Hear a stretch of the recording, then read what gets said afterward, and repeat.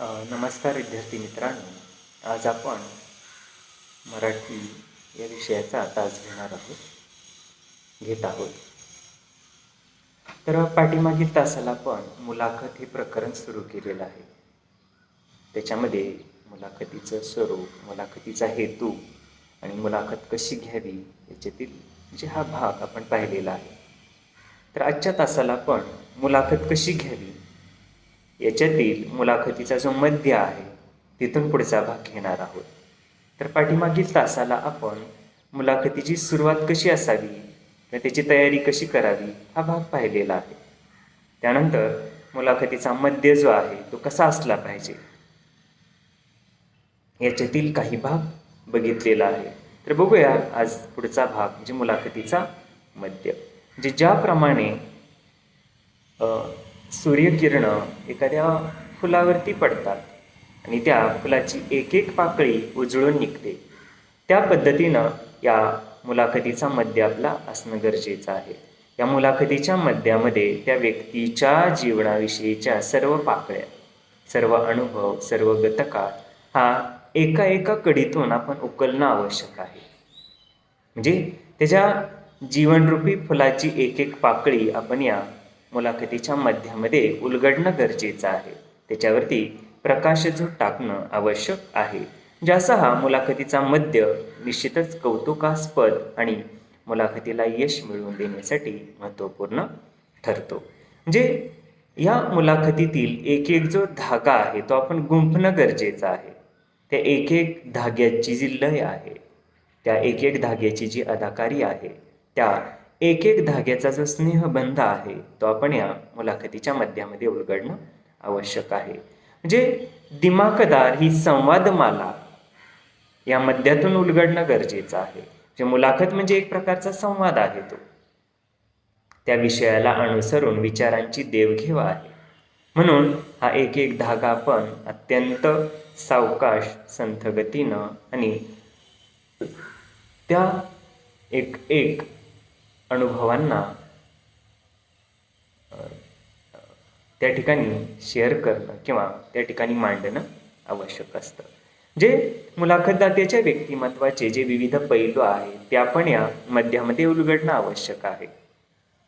त्याच्या व्यक्तिमत्वाची जडणघडण, त्या व्यक्तिमत्वाला मिळालेली प्रेरणा, त्याच्यासाठी केलेले त्यानं कष्ट, जिद्द, चिकाटी आणि आज हे यश त्यानं जे संपादन केलेलं आहे त्याच्या पाठीमागची गमक काय आहेत, जो अदृश्य असा पैलू आहे त्याच्या जीवनाचा, तर तो या मुलाखतीच्या मध्यातून उलगडणं आवश्यक असतं. मात्र मूळ विषयाचा संदर्भ सुटता कामा नये याचंही भान आपण टाकलं पाहिजे. नाहीतर मुलाखत घेण्याच्या ओघामध्ये आपण इतकं लांब जातो किंवा इतकं विषयांतर होतं की त्या ठिकाणी मुलाखतीचे संदर्भ बदलतात आणि मुलाखतीचा हेतू, उद्देश असेल, तसंच मुलाखतीचा जो विषय आहे, जे काही उद्दिष्ट आहे, ती सुद्धा बाजूला राहू शकतात. म्हणून आपण या ठिकाणी काळजीपूर्वक मुलाखतीचे संदर्भ न बदलता मुलाखतीचा मध्य साधणं आवश्यक आहे. त्याच पद्धतीने मुलाखती रंजकदार होणं आवश्यक आहे. जे जमलेल्या प्रेक्षकांना, त्या जमलेल्या लोकांना किंवा मुलाखतदात्यांना, मुलाखत कर्त्याला त्या ठिकाणी आनंददायी पद्धतीने त्या मुलाखतीचं प्रसारण होणं, ते मुलाखतीचं सादरीकरण होणं हे महत्त्वाचं असतं. म्हणून रंजकदार पद्धतीनं मुलाखतीचा मध्य हा मुलाखतकर्त्यानं साधणं आवश्यक आहे. लोकांना कंटाळवाणं वाटू नये, उलट त्याच्यातून प्रेरणा मिळेल. लोकांना त्या व्यक्तीचे जीवन अनुभव, त्या व्यक्तीचा जो गतकाळ आहे, त्या व्यक्तीचं जो ध्येयवाद आहे आणि त्या ध्येयाच्या दिशेनं त्यानं जी पावलं टाकलेली आहेत त्याच्यातील एक एक कडी, त्याच्यातील एक एक पाऊल, त्याच्यातील एक एक वाट आपण या मुलाखतीच्या मध्यातून उलगडणं आवश्यक असतं. म्हणजेच या ठिकाणी मुलाखतदात्याचं व्यक्तिमत्व, त्याचं कार्यकर्तृत्व याचा जो आलेख आहे तो अत्यंत सावकाश पद्धतीनं उलगडणं आवश्यक असतं. हाच मुलाखतीचा मध्य योग्य साधला असं आपल्याला या ठिकाणी म्हणता येईल. त्याच पद्धतीने मुलाखत जी आहे ती हळूहळू सर्वोच्च बिंदूकडं अग्रेसर होत गेली पाहिजे. जो मुलाखतीचा आलेख आहे तो वर असा जाणं आवश्यक आहे. सामान्याकडून विशिष्टाकडं असं आपण म्हणतो. जी अशी उद्दिष्ट त्या ठिकाणी मुलाखतीचे असणं आवश्यक आहे. एक सामान्य व्यक्ती ते सर्वोच्च यशाचं शिखर गाठलेली व्यक्ती जी आज तुमच्यासमोर उभी आहे, जी आज तुमच्यासमोर बोलते आहे, संवाद साधते आहे, जे हा जो त्याच्या कार्यकर्तृत्वाचा आलेख आहे, त्या आलेखाचा सर्वोच्च बिंदू या मुलाखतीच्या मध्यातून लोकांसमोर उलगडणं आवश्यक आहे. त्यालाच मुलाखतीचा एक आकर्षक मध्य असं आपणाला या ठिकाणी म्हणता येईल. त्या व्यक्तिमत्वाचे पैलू तसंच विषय, विचारधारेचे सर्व कंगोरे या मध्यामध्ये उलगडणं आवश्यक आहे. म्हणजे काही राहता कामा नये याचं भान आपण या ठिकाणी ठेवणं गरजेचं आहे. त्या विषयाचे, त्याच्या जीवनाचे वेगवेगळे जे कंगोरे आहेत ते अत्यंत सावकाशपणे, अत्यंत स्नेहपूर्वक त्या ठिकाणी उलगडण्याची आवश्यकता असते. जे असा मध्य त्या मुलाखतीचा योग्य आहे असं आपणाला म्हणता येईल. त्याच पद्धतीने बोलताना किंवा मुलाखत देताना त्या मुलाखत दात्याला जास्त वेळ मिळेल याचं आपण भान राखणं गरजेचं आहे. बऱ्याच वेळा मुलाखत करता जास्त बोलतो, अधिक प्रश्न विचारतो. जास्त न होता मुलाखत दाता जो आहे तर त्याला अधिक बोलतं होईल याचं भान आपण राखणं आवश्यक आहे. तर असा हा मुलाखतीचा मध्य किंवा त्याच्यातील हे पथ्य आपण लक्षात ठेवण्याची नितांत गरज आहे असं आपणाला या ठिकाणी म्हणणं गरजेचं आहे. तसंच प्रश्नांची जी गुंफण आहे ती अत्यंत अचूकतेने आणि कुशलपणे करणं आवश्यक आहे. प्रश्न अनेक असतात, मात्र त्या प्रश्नांचा क्रम, एका पाठोपाठ जे बाकीचे प्रश्न विचारायचे आहे त्याची जी गुंफण आहे ती सुद्धा योग्य पद्धतीची असणं गरजेचं आहे. नाहीतर एक प्रश्न एका टोकाचा आणि दुसरा प्रश्न दुसऱ्या टोकाचा जास्त असता कामा नये. कालच तुम्हाला म्हटलं, का कमळावरी भ्रमर, पाय ठेविती हळवार, उचंबळेल केशर या शंका, असं संत ज्ञानेश्वरांनी म्हटलेलं आहे. म्हणजे त्या पद्धतीनं या मुलाखतदात्यानं मुलाखतकर्त्याकडून त्या भुंग्याप्रमाणे ती माहिती मिळवणं, त्याला ती माहिती सांगण्यासाठी, त्याला बोलतं करण्यासाठी प्रवृत्त करणं आवश्यक आहे. म्हणून ही जी प्रश्नांचा क्रम आहे, प्रश्नांची मालिका आहे, ती सुद्धा विचारपूर्वक आपण या मुलाखतीच्या मध्यामध्ये विचारणं गरजेचं आहे. तरच तो मुलाखतीचा मध्य यशस्वी होऊ शकतो आणि निश्चितच ती मुलाखत यशाच्या शिखराकडे जाऊ शकते. त्याच पद्धतीने विषयाशी थेट संबंधित असे प्रश्न विचारणं गरजेचं आहे. मग कुठला विषय आहे, ते मुलाखत घेण्याचे उद्देश काय आहेत याचं भान राखून आपण ते प्रश्न विचारणं आवश्यक आहे. म्हणजे विषयांतर जर होत असेल, जर त्या ठिकाणी विषय वेगळाच निघत असेल, विषयाला कलाटणी भेटत असेल तर ती मुलाखत यशस्वी होणार नाही. म्हणून विषयाचं भान लक्षात ठेवून मुलाखतीचा मध्य साधणं आवश्यक असतं. त्याच पद्धतीने या मुलाखतीच्या माध्यमातून मुलाखतीतील सर्वात जास्त महत्त्वाची बाब कुठली असेल तर ती म्हणजे योग्य टप्प्याद्वारे किंवा योग्य अशा त्या माहितीच्या प्रसारणाद्वारे लोकांना प्रेरणा मिळाली पाहिजे. असा मुलाखतीचा मध्य आपण साधण्याची आवश्यकता आहे. त्यानंतर मित्रांनो, पुढचा घटक आहे मुलाखत कशी घ्यावी याच्यातील तिसरा घटक, तो म्हणजे मुलाखतीचा समारोप किंवा मुलाखतीचा शेवट. जसं आपण सुरुवातीला पाहिलं, मुलाखतीची सुरुवात ही जशी गोड होणं आवश्यक आहे, त्या पद्धतीनं मुलाखतीचा जो समारोप आहे, शेवट आहे, तर तो सुद्धा एकदम आकर्षक आणि चांगल्या पद्धतीचा गोड होण्याची आवश्यकता असते. इतका वेळ अगदी छान जमून आलं होतं आणि त्याचं सगळं सार या मुलाखतीच्या समारोपामध्ये येणंही आवश्यक आहे. जे कुठंतरी आपण थांबणं आवश्यक आहे, कुठंतरी वेळेचं बंधन आहे, कुठंतरी त्या विषयाला थांबवणं आवश्यक आहे, त्या विषयाला पूर्णविराम देणं गरजेचं आहे.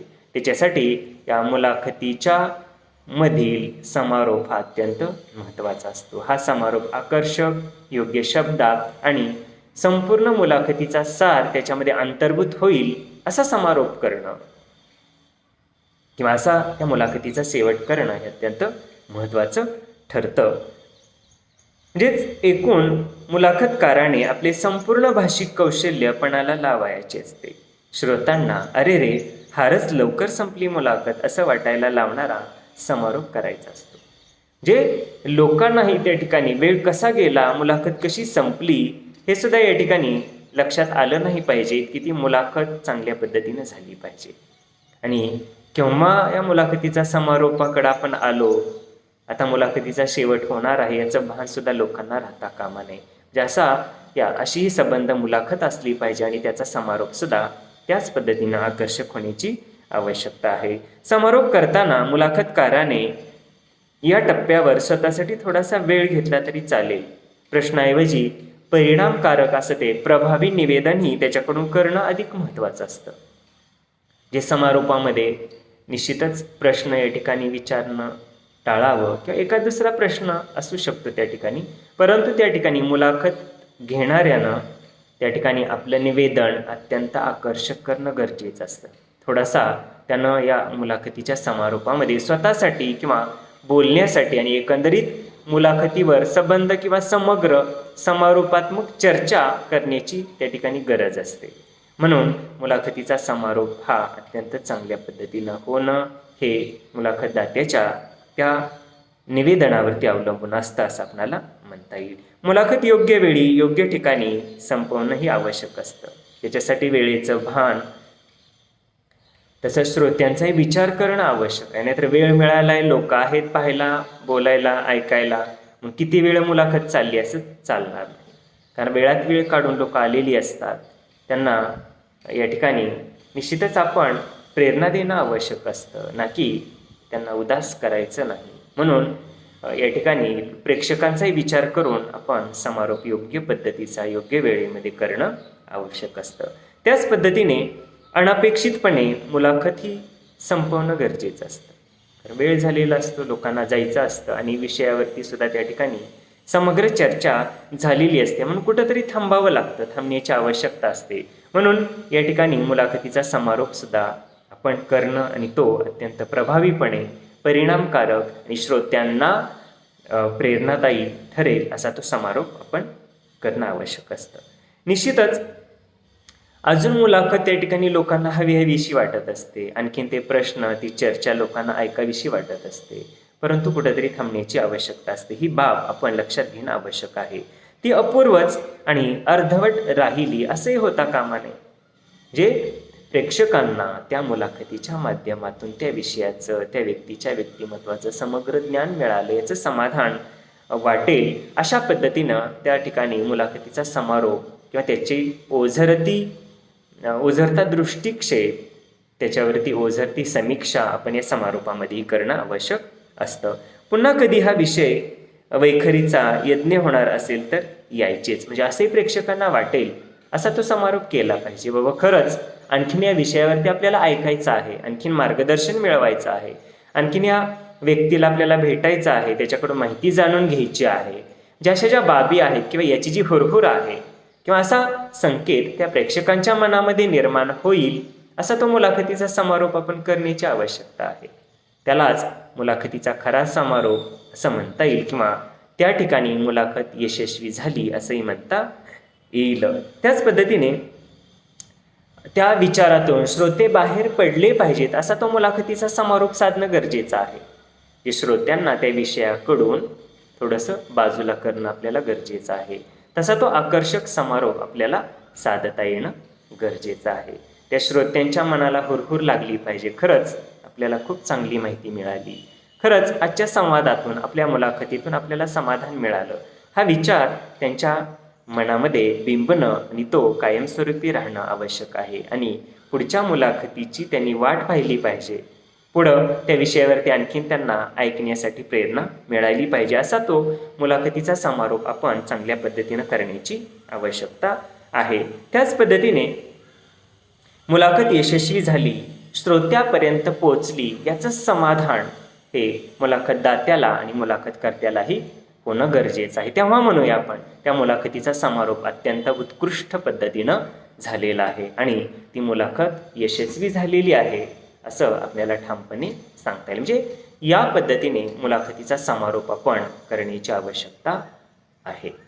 त्यानंतर मित्रांनो पुढचा घटक आहे तो म्हणजे नोकरीसाठी किंवा प्रवेशासाठी मुलाखत. आता आपण पाहतो तुम्ही 12वीला आहात किंवा 12वी नंतर, ग्रॅज्युएशन नंतर किंवा जे काही तुम्ही शैक्षणिक व्यावसायिक अहर्ता किंवा शिक्षण घेता त्यानंतर तुम्हाला वेगवेगळ्या ठिकाणी मुलाखतीला जावं लागतं, नोकरी मिळवावी लागते. मग त्या ठिकाणी त्या मुलाखती घेतल्या जातात. केवळ आपली शैक्षणिक गुणवत्ता किंवा डॉक्युमेंट्स जे आपली प्रमाणपत्र आहेत त्याच्यावरती आपली नियुक्ती होत नाही. त्याच्या जोडीला आपल्याला ती व्यक्ती, त्या ज्या व्यक्ती असतात त्या जाणून घेत असतात.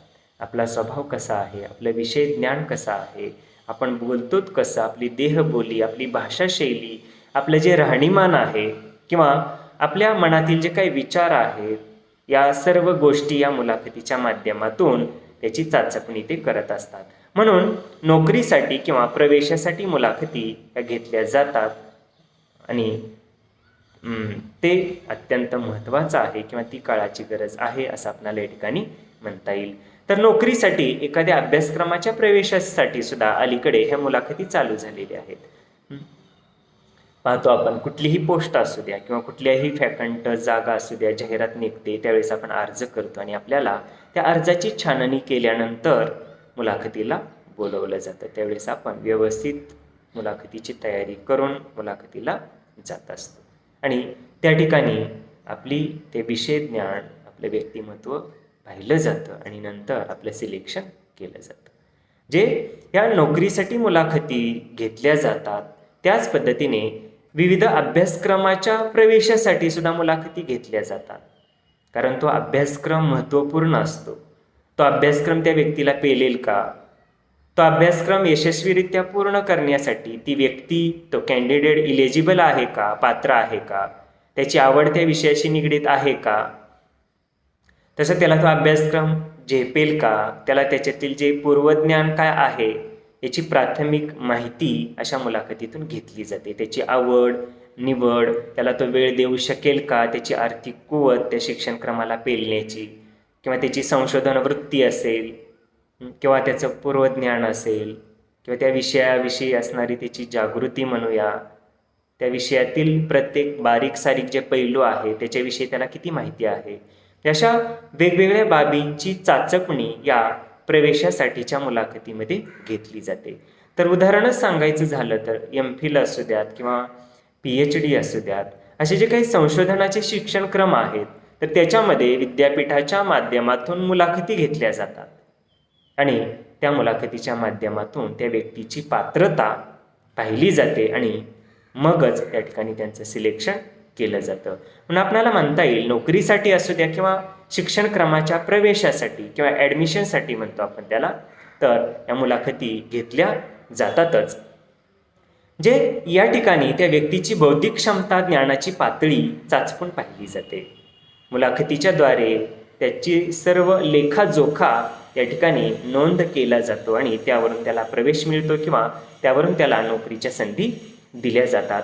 त्याच पद्धतीने त्याची बौद्धिक, तांत्रिक हुशारी, निर्णय क्षमता, भाषेवरील प्रभुत्व, तसं त्याचे आत येणे, बसणे, उठणे, बोलणं, त्याच्यातील नम्रता असेल किंवा त्याच्यातील धाडस असेल, स्पष्ट वक्तेपणा असेल, त्याचं विषय ज्ञान असेल, त्याची सामाजिक सांस्कृतिक बांधिलकी, त्याविषयीचं ज्ञान किंवा त्याविषयी असणारी त्याची जाण किंवा त्याच्याविषयी त्याला काय करायचं आहे, समाजाविषयी त्याचं काही ऋणानुबंध आहेत का, अशा सगळ्या बाबीवरती चर्चा या मुलाखतीच्या माध्यमातून होत असते. म्हणून या ठिकाणी नोकरीसाठी आणि प्रवेशासाठी मुलाखती घेतल्या जातात. त्याचा पोशाख सुद्धा म्हटलेला आहे, म्हणजे तो राहतोय कसा. आपण म्हणतो साधी राहणी आणि उच्च विचारसरणी असं या ठिकाणी असणं गरजेचं आहे, जे प्रत्यक्ष त्या व्यक्तीच्या अंतर्गत आणि बाह्य गुणांची चाचपणी या मुलाखतीद्वारे केली जाते. फक्त शैक्षणिक गुणवत्ता असून चालत नाही, फक्त आउट ऑफ मार्क मिळालेले आहेत म्हणूनही चालत नाही, तर त्या व्यक्तीच्या व्यक्तिमत्वाचे विविध पैलू या मुलाखतीतून पाहिले जातात आणि नंतरच त्या व्यक्तीची निश्चिती किंवा त्या व्यक्तीचं सिलेक्शन म्हणूया किंवा त्या व्यक्तीची निवड केली जाते. तसंच आपण जी काय आपली अपेक्षित उद्दिष्ट आहे ती कितपत गाठू शकतो ते त्या मुलाखतीतून समोर आणलं जातं किंवा तसे प्रश्न विचारले जातात. तसंच गटकार्य, गटनेतृत्व करण्याचं कौशल्य आपल्यामध्ये आहे का, जे काही सामाजिक बांधिलकी आहे, समूहामध्ये काम करण्याची जी क्षमता आहे, कौशल्य आहेत ते आपल्यामध्ये आहेत का, याची चाचपणी अशा मुलाखतीतून केली जाते. कारण संशोधन असेल त्या ठिकाणी समूहाचं कार्य असतं. आपण नोकरी करतोय तिथं सुद्धा मॉब असतो, अनेक लोक असतात, त्या लोकांमध्ये मिळून मिसळून आपल्याला काम करता आलं पाहिजे, त्या लोकांशी संवाद साधता आलं पाहिजे, त्या लोकांशी आपले विचार, आपले जे काही आचार आहेत, आपल्या भावना आहेत किंवा आपली जी मतं आहेत ती त्यांना मांडता आली पाहिजेत, त्यांच्याशी ती शेअर करता आली पाहिजे, त्यांचे आपल्याला ऐकता आलं पाहिजे, त्यांच्यातही आपल्याला एक सामूहिक बांधिलकी म्हणून, एक कुटुंब म्हणून वावरता आलं पाहिजे. म्हणजे अशा ज्या काही विविध क्षमता आहेत त्या क्षमतांची चाचपणी या मुलाखतीच्याद्वारे केली जाते. ज्याला आपण टीम वर्क म्हणतो, तर त्या टीम वर्काशी निगडीत आपलं व्यक्तिमत्व आहे का? आपण टीम वर्कमधील एक किंवा त्या मॉबमधील, त्या कुटुंबामधील एक भाग होऊ शकतो का? सर्वांना समजून घेऊ शकतो का? आपल्याला तो विषय पेलू शकतो का? आपण ते कार्य हाती घेऊ शकतो का? किंवा कितपत त्याच्यामध्ये यशस्वी होऊ शकतो? अशा विविध प्रश्नांची म्हणूया किंवा अशा विविध पैलूंची चाचपणी या मुलाखतीद्वारे केली जाते. म्हणून या ठिकाणी आपण मुलाखती देणं किंवा मुलाखती घेतल्या जातात, मुलाखतीची तयारी करणं आवश्यक असतं. म्हणजे इतरांचे जे विचार आहेत, भावना आहेत, सूचना आहेत, त्याचा तुम्ही किती आदर करू शकतात, त्यांना किती तुम्ही मान देऊ शकता, याची सुद्धा चाचपणी या मुलाखतीद्वारे केली जाते. जे केवळ माझंच खरं किंवा केवळ मी म्हणेल तेच पूर्व दिशा, म्हणजे असंही चालणार नाही. जे ठीक आहे, योग्य निर्णय असेल तर किंवा त्या निर्णयामध्ये, त्या विषयामध्ये म्हणूया काही तथ्य असेल तर ठीक आहे, परंतु एखादा पैलू चुकीचा असेल आणि मी म्हणतो तेच खरं, म्हणजे असंही चालणार नाही. जे कोण सामाजिक बांधिलकी, ऋणानुबंध किंवा सामूहिक कार्य करण्याच्या ज्या क्षमता आहेत, या सर्व गोष्टी या मुलाखतीच्याद्वारे पाहिल्या जातात. म्हणून मुलाखती ज्या आहेत त्या नोकरीसाठी आणि प्रवेशासाठी आज निश्चित केलेल्या आहेत किंवा त्याच्यातूनच आपल्याला जावं लागतं असं म्हणता येईल. तसंच उमेदवार बाह्य गोष्टीपेक्षा आतून कसा आहे हे या मुलाखतीतून जाणून घेतलं जातं. नुसतेच डिग्र्या आहेत किंवा नुसतेच चांगली गुणवत्ता आहे आपल्याकडं, नुसताच राहतोय चांगला, परंतु अंतर्गत गुणवत्ता कशी आहे, तो बोलतोय कसा, त्याचा स्वभाव कसा आहे, त्याच्या आवडी निवडी, त्याची सामाजिक, सांस्कृतिक किंवा देशाप्रती असणारी बांधिलकी, त्याचा प्रामाणिकपणा, सत्यनिष्ठा किंवा लोकांशी मिळून मिसळून वागण्याची क्षमता, त्याची जशा ज्या काय अंतर्गत क्षमता आहेत किंवा अंतर्गत व्यक्तिमत्वाचे जे विविध पैलू आहेत त्याची चाचपणी या मुलाखतीद्वारे केली जाते. आपणाला म्हणता येईल नोकरीसाठी आणि प्रवेशासाठी मुलाखती घेतल्या जातात, तर हा अत्यंत महत्त्वाचा भाग आहे. त्यानंतर पुढचा घटक आहे मित्रांनो, तो म्हणजे मुलाखत घेताना हे नक्की करावे. आपण ज्या व्यक्तीची मुलाखत घेतोय, मुलाखत दात्याला आपण बोलवलेलं आहे, त्याला प्रश्न विचारतोय, त्याची मुलाखत घेतोय आपण, तर त्यावेळेस आपण नेमकं काय केलं पाहिजे, तर त्याच्यातील पहिला घटक आहे तो म्हणजे मुलाखत घेणाऱ्याने आपल्या मर्यादांची जाणीव ठेवून प्रश्न विचारावेत. मुलाखत देणाऱ्याला जशा काही मर्यादा असतात तशा मुलाखत घेणाऱ्यालाही मर्यादा असतात. मी मुलाखत घेतोय आणि काही विचारतोय असं चालणार नाही. म्हणजे जे काही संकेत आहेत मुलाखत देण्याचे, मुलाखत घेण्याचे, वैयक्तिक सामाजिक संकेत, त्या नियमांचं पालन आपण केलं पाहिजे. म्हणजे त्यांना आपल्या मर्यादा जाणून घेतल्या पाहिजेत.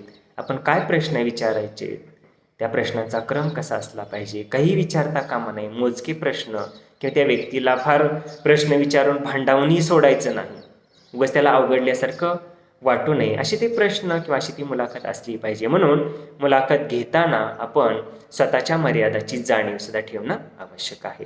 त्याच पद्धतीने प्रश्नांची उत्तरे देण्याची किंवा न देण्याचे स्वातंत्र्य हे मुलाखत दात्याचं अबाधित राखलं पाहिजे. आपण जे प्रश्न विचारतो त्या सर्व प्रश्नांची उत्तरं त्या मुलाखत दात्यानं द्यावीच असा आग्रह कदापि असता कामा नये. काही प्रश्न जे असतात त्याची उत्तरं तो सर्वांसमोर देऊ शकत नाही, त्याचे काही खाजगी जीवन असतं, काही खाजगी गोष्टी असतात, तेही त्यानं शेअर करावे असं त्याच्यावरती बर्डन आणता कामा नये. म्हणून हे सुद्धा पथ्य आपण मुलाखत घेताना पाळणं गरजेचं आहे. म्हणून त्याला म्हटलेलं आहे मुलाखत घेताना हे नक्की करावे. त्याचं वैयक्तिक स्वातंत्र्य, त्याचं वैयक्तिक मत हे अबाधित राहील अशी ती मुलाखत असणं आवश्यक आहे. त्याच पद्धतीने मुलाखतीचे सादरीकरण ओघवते, श्रवणीय आणि उत्स्फूर्त असावे. जे सहज ती मुलाखत पुढं मार्गक्रमण झाली पाहिजे. एका प्रश्नातून त्या व्यक्तीच्या जीवनाची एक कडी एक एक पैलू त्या श्रोत्यासमोर उलगडत जावेत अशी ती मुलाखत असली पाहिजे. म्हणजेच या मुलाखतीमध्ये ओघवतेपणा असावा, प्रवाहीपणा असावा, तसंच श्रवणीयता असली पाहिजे. ज्या व्यक्ती किंवा जी व्यक्ती ती सांगते, आपण जे विचारतोय ते श्रवणीय असलं पाहिजे. लोकांना ऐकायला गोड वाटेल, लोकांना ती माहिती ऐकायला खूप बरं वाटेल, प्रेरणा मिळेल, अशी ती श्रवणीयता त्या मुलाखतीमध्ये असली पाहिजे. तसंच मुलाखती उत्स्फूर्त असली पाहिजे. उत्स्फूर्त म्हणजे काय? स्वयंप्रेरणा त्याच्यामध्ये असावी. मग आपण प्रश्न विचारतोय आणि बळच ती उत्तरं देते आणि लोक बळच ते ऐकतात. म्हणजे कुठल्याही प्रकारे कृत्रिमता त्याच्यामध्ये येता कामा नये. डोक्यावरती ओझं ठेवलंय असं जर मुलाखत होत असेल तर त्याचा अर्थ नाही किंवा त्याला अर्थ नाही, त्याला मुलाखत म्हणता येणार नाही. उत्स्फूर्तता असली पाहिजे त्याच्यामध्ये. जे मुलाखत दात्यानं उत्स्फूर्ततेने उत्तरं दिली पाहिजेत आणि मुलाखत कर्त्यानं सुद्धा उत्स्फूर्तपणे त्या मुलाखतीतील प्रश्न विचारणं आवश्यक आहे आणि श्रोत्यांनी सुद्धा उत्स्फूर्तपणे आनंदाने ती मुलाखत श्रवण केली पाहिजे, वाचली पाहिजे, पाहिली पाहिजे, ऐकली पाहिजे. म्हणजे अशी एकंदरीत उत्स्फूर्तता त्या मुलाखतीमध्ये असण्याची आवश्यकता आहे. त्याच पद्धतीने मुलाखती दरम्यान औपचारिक आणि सकारात्मक वातावरण निर्माण केलं पाहिजे. जे एक प्रकारची औपचारिकता सुद्धा त्या मुलाखतीमध्ये असण्याची आवश्यकता आहे. वेळेचं बंधन, प्रश्नांची क्रमवारी, प्रश्नांची संख्या, त्या व्यक्तीचं स्वातंत्र्य किंवा श्रोत्यांचा विचार, वेळेचं बंधन, विषयाची जी काही मर्यादा आहे, जशा औपचारिक गोष्टीचं सुद्धा पालन या मुलाखतीच्या द्वारे किंवा मुलाखती दरम्यान होणं गरजेचं आहे. याचंही पथ्य आपण पाळलं पाहिजे. लोक जमलेत म्हणून किती वेळ मुलाखत चालली याला अर्थ नाही, किंवा लोक ऐकायला आहेत म्हणून कुठेही विषयांतर झालंय चालणार नाही, किंवा मुलाखत द्यायला व्यक्ती सापडलेली आहे म्हणून काही विचारत गेला असंही चालणार नाही. जे अशी जी पथ्य आहेत ती पाळूनच आपण मुलाखत परिपूर्ण करणं आवश्यक आहे. जी काय अनौपचारिकता आहे, मुलाखतीतील औपचारिकता आहे, ती सुद्धा आपण लक्षात घेणं गरजेचं आहे. जे सकारात्मक वातावरण त्या मुलाखतीतून निर्माण झालं पाहिजे हे मुलाखतीमध्ये आवश्यक पथ्य आपण लक्षात घेणं आवश्यक आहे. तसंच हो नाही, माहीत नाही, नंतर सांगेन अशी उत्तरं येतील असे प्रश्न आपण टाळले पाहिजे. जे हो नाही असे जे काही शाब्दिक किंवा कमी शब्दाची उत्तरं येणारे प्रश्न आपण विचारता कामा नये. मग तुम्हाला हे आवडते का? हो किंवा नाही. तुम्हाला मग ह्यांनी प्रेरणा दिली किंवा हो किंवा नाही. तुम्ही फार त्यावेळेस कष्ट घेतलं असेल, हो किंवा नाही. अशी जी काही त्याची हो नाही उत्तरं आहेत किंवा नकारात्मक उत्तरं असतात, तर असे प्रश्न आपण निश्चितच टाळणं आवश्यक आहे. किंवा नंतर सांगेन, मी विचार करून सांगेन, अशी जी काही प्रश्नांची उत्तरं येतात तर ती योग्य नसतात. म्हणून असे प्रश्न त्या मुलाखतकर्त्याने मुलाखतदात्याला विचारता कामा नये. त्याच्यामुळं मुलाखतीचा हेतू सफल होत नाही. म्हणजे हे सुद्धा पथ्य किंवा ही सुद्धा बाब आपण लक्षात ठेवणं गरजेचं आहे. त्याच पद्धतीने संयम, विवेक आणि नैतिकतेचे पालन मुलाखती दरम्यान होणं आवश्यक आहे. म्हणजे किती सांगू आणि किती नाही असंही होता कामा नये. वेळ कमी आहे म्हणून किती प्रश्न विचारले असंही होता कामा नये. किंवा भावनेच्या भरामध्ये काही विचारत गेलो, ती मुलाखत करता काही सांगत गेला असंही चालणार नाही. ज्या ठिकाणी संयम बाळगणं आवश्यक आहे, वादंग निर्माण होईल अशी माहिती देणं या ठिकाणी अपेक्षित नाही. जरी तसे प्रश्न आले किंवा जरी तसे प्रसंग सांगण्याची वेळ आली तरी आपल्या भावनांना पण त्या ठिकाणी मुरड घालणं गरजेचं आहे, आवरणं गरजेचं आहे. कारण लोक जमलेली असतात. अशा मॉब समोर, लोकांसमोर असे विषय आपण कदापिही हाताळता कामा नयेत. म्हणून म्हटलेलं आहे मुलाखत घेताना ती मुलाखत संयमानं घेणं आवश्यक आहे. त्याच्यामध्ये विवेक असला पाहिजे. विवेक म्हणजे काय? तर ती माहिती ही अत्यंत चांगल्या पद्धतीची असली पाहिजे. विवेकपूर्वक ती माहिती त्या लोकांसमोर शेअर करणं, मांडणं किंवा त्यांना सांगणं गरजेचं आहे.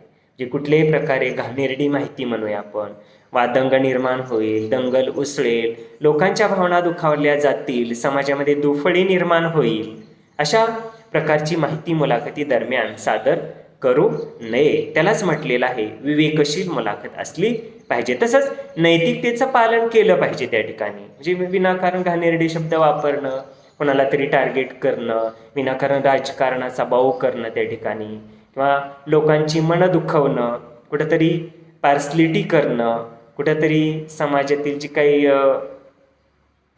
बेगडी वास्तवता आहे म्हणूया आपण, किंवा अश्लीलता आहे, किंवा कुठंतरी राजकारणातील कुरघोडी असतील, ज्या बाबी आहेत किंवा असे जे पैलू आहेत ते आपण त्या मुलाखती दरम्यान हाताळायचे नाहीत, कारण त्याच्यातून लोकांच्या भावना दुखावल्या जातात, समाजामध्ये वादंग निर्माण होऊ शकतात, राजकारणाचा विषय त्या ठिकाणी येऊ शकतो आणि या समग्र गोष्टीमुळं मुलाखत ही यशस्वी होणार नाही. म्हणून आपण या बाबी लक्षात घेऊन मुलाखत घेणं आवश्यक आहे. तर मित्रांनो, अशा पद्धतीने आज आपण मुलाखतीचा मध्य पाहिलेला आहे, तसंच मुलाखतीचा समारोप, तसंच नोकरीसाठी आणि प्रवेशासाठी मुलाखती घ्याव्यात, तसंच मुलाखत घेताना हे नक्की करावे असे घटक पाहिलेले आहेत. राहिलेला भाग आपण पुढील तासाला पाहूया. धन्यवाद.